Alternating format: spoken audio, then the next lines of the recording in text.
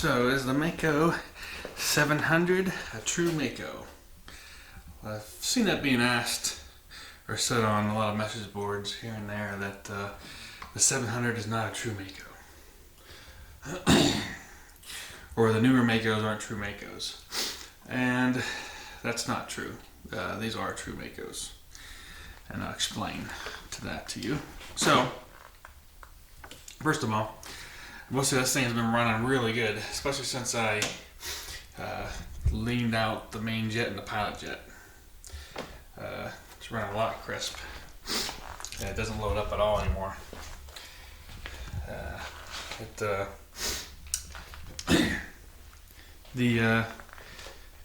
So the reason why this is a real Maico is, so we have, first of all, you have the 83 here, the last year of the original company. Then the Sons took it over and they made this up to 86. There's this bike here, which is an improvement over this bike. It's mostly the same, but there's been improvements. And so the difference between that engine and then the newer Maico engines is not too much, really. Well, there are some pouring differences and things like that, but the main differences in the engine, the transmission will fit. The transmission in this bike will fit directly in that bike. They made the clutch cover removable. They put a hydraulic clutch on them. And then for the radiators, they made the cylinder flow into the one rad up to the top, over the second rad, down and back in, whereas before it would flow into both radiators, like some of the older Hondas and things did, and then the bottom would flow back into, both would flow back into the engine. Whereas now the water has to go through, the coolant has to go through both radiators before it will go back into the engine. So the cooling is better.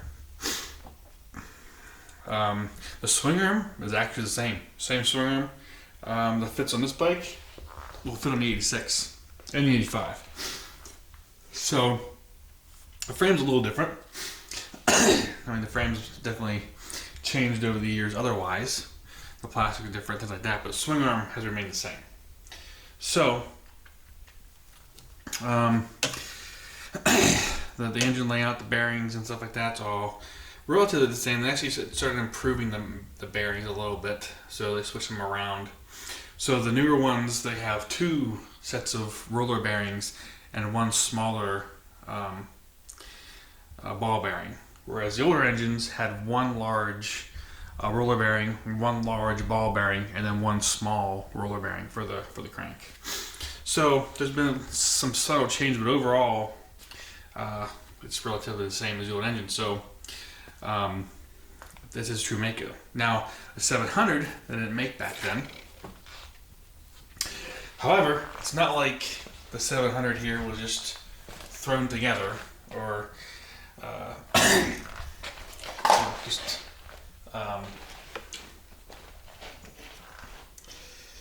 made by Joe Schmo or something like that. The side of the 700 cylinder says Hue Power on it. See if I can zoom in on it from here so I can't get over towards it. Right there. So it says Hue Power on the side of it. And it stands for Herman, and I want to try to pronounce his last name, Wallen Bar, something like that, but Hue Power was the guy who tuned a lot of the two-strokes back in the old days, back in the 80s and stuff like that. He also tuned the Zabel 700 engine, which the Zabel is like 13 times world sidecar cross champion engine. So it's not like this was built by a nobody. It was tuned by someone who was tuning Maico engines back in the day, and is very famous for his contributions to sidecar racing and two-stroke engines in Germany. Very famous two-stroke tuner. So this engine is a Maico engine because the big bores were tuned by the same guy who tuned the 700. So ignore all the people who say that these are not Maicos. For example, if someone just bought the name Baltaco and came up with an engine, is it really a Baltaco or is this Baltaco in name? So these aren't just Maicos in name, these are Maicos in design and Maicos in engine. So these are all true Maicos. So how much power this thing has? This thing has tons of power. And like I said, I always run these Trouse tires. And Trouse tires have tons of traction. The first time I put Trouse tire on, it felt like I put a larger sprocket on the rear tire. When I first put it on, that awful one over there. It just felt like all of a sudden the throttle would be a little bit lower where it would start to grab than it previously did. So it was like I just went up on my sprocket a bit. So, and the Maico here, you don't really have to give it too much gas. It just goes. And if you floor it, this thing will take off like a rocket. Again, mine's tuned down. I've made it slower than it's supposed to be. So I can ride in the trails. Even this in tight single track, it's still too fast. But it does good on on the wider trails. But for the most part, I usually just ride it short shifting. So I won't even try to scream it. Because you just take off and I start screaming. So I just start riding and start short shifting it. It's an extremely fun bike to ride. A lot of people think that you have to be riding speed to get any use out of a big bore, but the power is nice to ride up hill climbs and things like that and just be lazy. Because on some places where most bikes are struggling, these big bores just putt over stuff. And that's true with 490. I mean, really, for single track and stuff like that, this 490 here, this old Maico 490, is perfect. I mean, I really don't need anything more than that. In fact, when you ride this bike here, this 700, and you go to this bike feels like it's a 125. I mean, that's the power difference between these two. But this bike is still a ton of fun to ride because it has so much power. And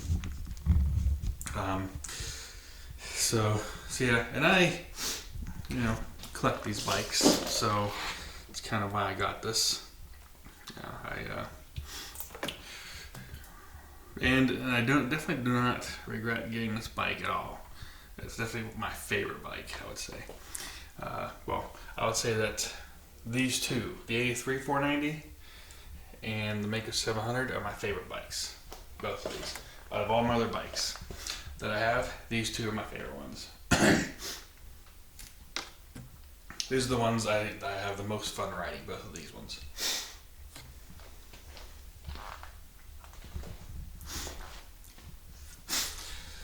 The 620 is a nice bike, but the problem with the 620 is how it's set up. Is it has a hit. No other Maicos have a hit, but this thing, I mean, even if you try to roll the power on slowly, I mean, it has a ton of bottom end and everything, but it also has a hard hit right in the mid-range. It just tries to pull your arms out, so it kind of becomes difficult trying to ride up a hill climb or something like that. Trying to roll on the power, and all of a sudden the thing just, tries to rip your arms out. So it makes it a little bit more difficult to ride, but it's still rideable. But like I said, I really like the 700. And if I change the ignition on it, it probably would tune it down because it has the PBL on it, and that's probably what's doing it. But this here does not have the PBL on it, so this one has an SEM ignition. So, but like I said, out of these two bikes here, these are my favorite bikes.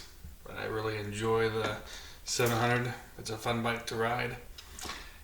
And the one light clutch is a must-have on this bike if you're going to ride it on the trails, because the clutch is extremely hard to pull because it's got to hold back all that torque. And before I had the one light clutch on, the clutch pull was 25 pounds. So you had to pull in 25 pounds of pressure to pull it in. With the one light clutch, it's down to 4 pounds. So I can just go one finger even. So much, much better. But if you're not riding trails and you're just riding, open and wide stuff, and you rarely ever use a clutch, you probably don't even care about getting a one light clutch. But yeah, if you're gonna ride any type of trails or anywhere where you're gonna be using the clutch a little bit, one light clutch is pretty much a must on this bike.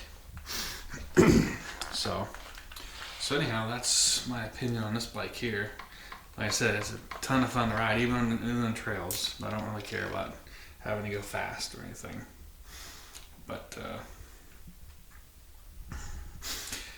yeah, and again, I'm not a professional racer. It's a trail rider, so I just want to ride something that's I'm going to have fun riding, and I don't want to have a lot of work. So this 440 over here is a thing that you really need to be in the mid-range for it to have the power that I'm used to.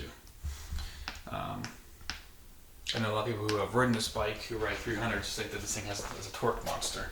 They told me this thing has a lot of torque, and I'm like, really? Because when I ride, for the torque that I like to have, I need to be in the mid-range for it and hold it there in the mid-range.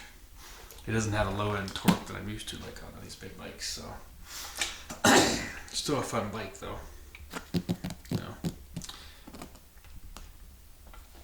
But so